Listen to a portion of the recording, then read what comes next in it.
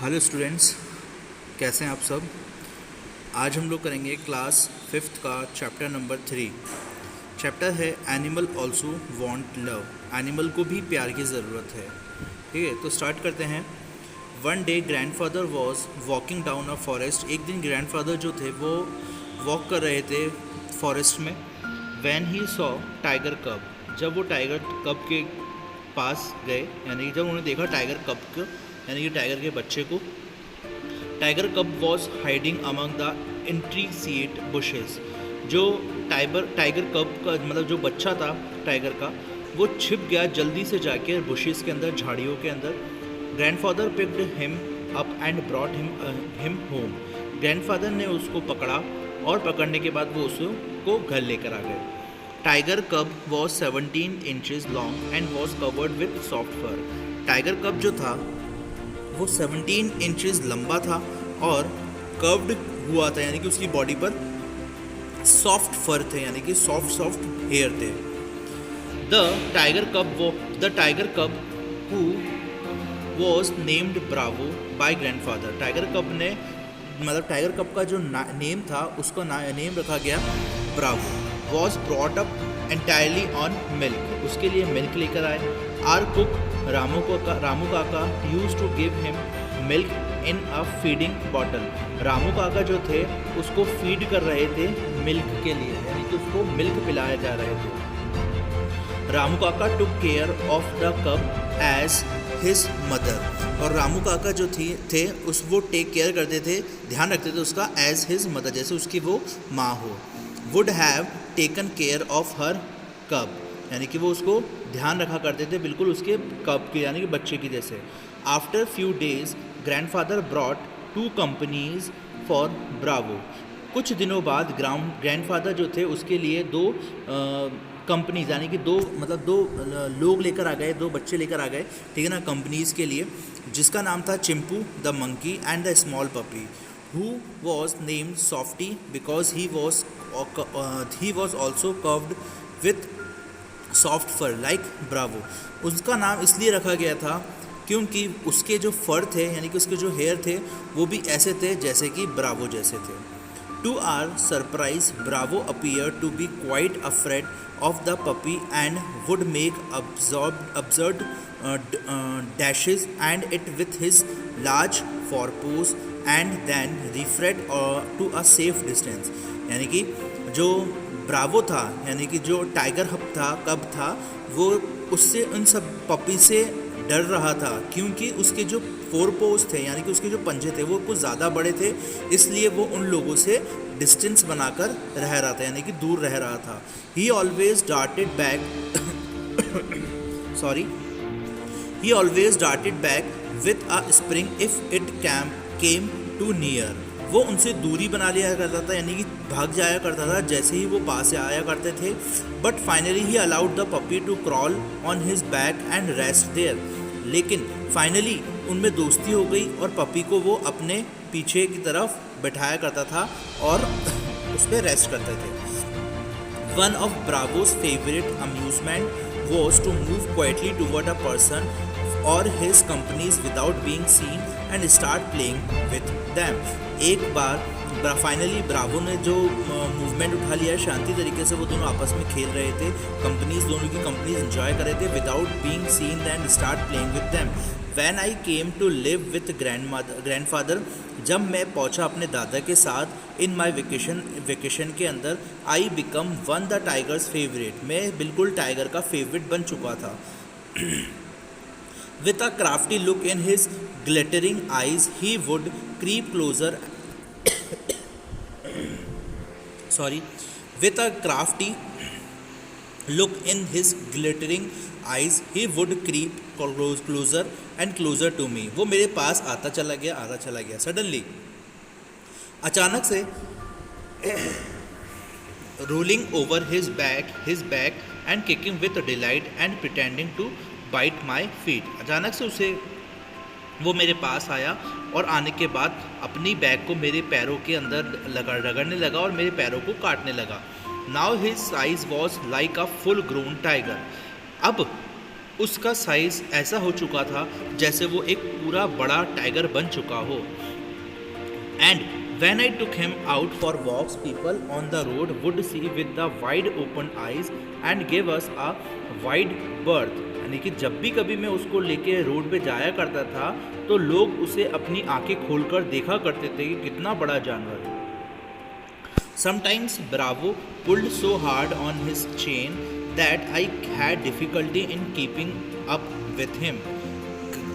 कभी कभार ब्रावो जो था वो अपनी चेन को इतनी ज़्यादा टाइट पुल करता था कि मुझे बहुत ज़्यादा डिफ़िकल्टी होती थी कि उसको पकड़ने में। He was like a prince in the house. वो ऐसा होता था जैसे कि पूरे घर का राजा हो। His favourite place in the house was drawing room. उसकी बहुत ज़्यादा फेवरेट प्लेस थी drawing room. And he would always feel comfortable sitting on long sofa. यानी कि वो बिल्कुल कंफर्टेबल फील करता था अब हमारे लॉन्ग सोफ़ा के ऊपर लेट कर। Whenever he was reclining there he would snarl at anybody who try to get him off. No now Bravo was about 6 months। अब उस ब्रावो को 6 months हो चुके थे। But he used to behave like a cat. पर वो बिल्कुल ऐसा बिहेव कर रहा था जैसे कि वो कैट हो। He would scrub his face with his pause. वो अपने पॉज को, पंजे को, बिल्कुल फेस को स्क्रब कर रहा था। And was always delighted at being let out by Ramu Kaka in the morning. But slowly his behave was becoming less friendly. पर जल्दी ही उसका बिहेवियर जो था वो कम फ्रेंडली होता चला गया। Whenever he was out for a walk he would try to steal away to stalk a rat और समवन्स पैट। यानी कि जब भी कभी हम उसको बाहर लेके जाया करते थे, मैं जब भी कभी उसको बाहर लेके जाया करता था, जब भी कभी रामू काका उसको बाहर लेके जाया करते थे तो वो चाहता था वो ट्राई करता था कि वो वहाँ से भाग जाए। स्टॉक का रैट और समवन्स पैट, यानी कि वो किसी के रैट को पकड़ लेता था और किसी के पैट को जाके पकड़ने की कोशिश करा करता था। Sometimes he would hear frenzied cackling from the poultry house and when we use to reach there we saw feathers lying all over. हमने देखा एक बार कि हम लोग कोई पोल्ट्री हाउस के पास देखा हमने कि वहाँ पर पंख ही पंख पड़े हुए हैं। Bravo had to be chained up more often. Grandfather decided it was to transfer him to zoo. और ब्रावो जो था वो बहुत ज़्यादा स्ट्रांग हो चुका था, उसने चेन तोड़ दी थी। ग्रैंडफादर ने डिसाइड करा कि अब हम इसको जू में ट्रांसफ़र कर देते हैं। Grandfather took him a Dehradun where the zoo authorities were too glad to receive as a gift a well fed any fairly civilised tiger.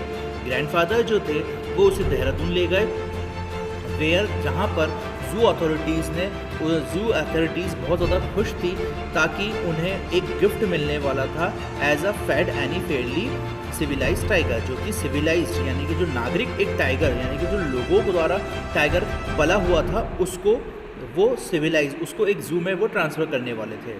About 7 months letter, कुछ 7 महीनों बाद, when my grandparents were visiting relatives in Dehradun, कुछ 7 महीनों बाद जब मेरे जो grand parents जो थे वो विजिट हुए देहरादून के अंदर। Grandparents to time out to visit the zoo. Grandfathers जो थे वो जू के अंदर विजिट करे to see how Bravo was getting on, ये देखने के लिए कि ब्रावो कैसा है। I was also accompanying him, मैं भी उनके साथ गया।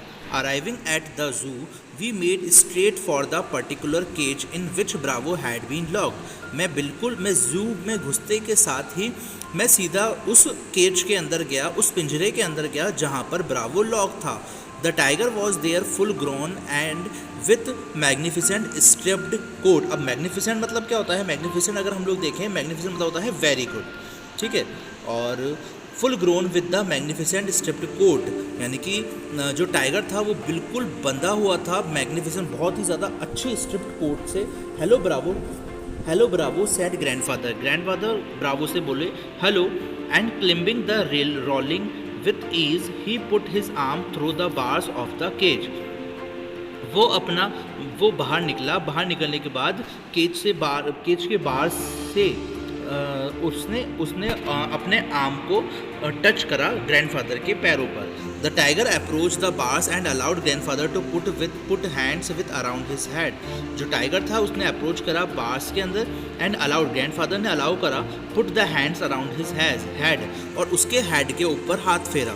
Grandfather tickled his years and whenever he growled smacked him across the mouth, which was his old way of keeping him quiet. A number of people had gathered to watch. बहुत सारे लोग जो थे वो वॉच कर रहे थे.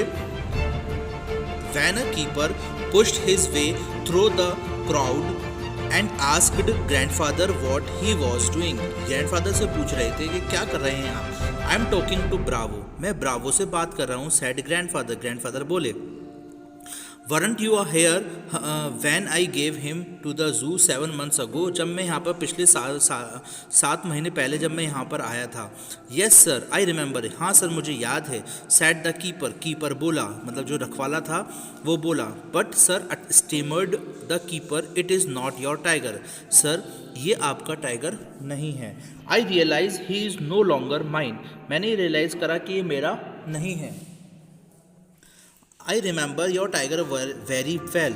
मुझे याद है कि मेरा टाइगर ये तुम्हारा टाइगर बहुत अच्छा है. Sad the keeper. कीपर बोले ही डाइड 1 month अगो. वो मर चुका है 1 महीना पहले. Died exclaimed father. वो मर चुका है. ग्रैंडफादर बहुत ज़्यादा शॉक हो गए.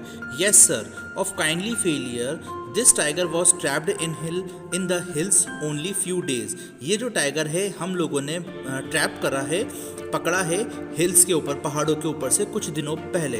Van he called a child in the hills. जब killed a child in the hills. जब पहाड़ी पर इसने एक बच्चे को मार दिया था. Grandfather could think of nothing to say. Grandfather सोचने लगे और कुछ नहीं बोले. But to my surprise the tiger was still licking his arm. पर मैं सरप्राइज था कि वो टाइगर जो था वो लिक कर रहा था उसकी आर्म को, यानी कि चाट रहा था उसकी आर्म को. With his face near the tiger he smiled and he mumbled good night Bravo. और वो हंसे और हंसने के बाद कुछ थोड़ा सा मुस्कुराए, मन ही मन बोले good night Bravo and walked briskly out of the zoo. और उसके बाद निकल गए वो जू से.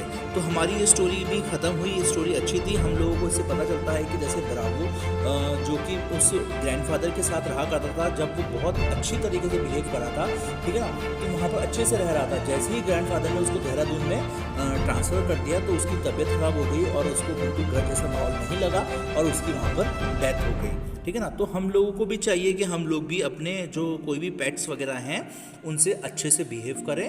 ठीक है. तो और हम लोग उनके साथ खुश रहें. तो हमारी स्टोरी ख़त्म होती है. नेक्स्ट स्टोरी मैं आपके लिए आज ही मैं नेक्स्ट स्टोरी आपके लिए जल्दी लेकर आ जाऊँगा. ठीक है. और तब तक के लिए आप पढ़ते रहिए. Thank you. Have a good day.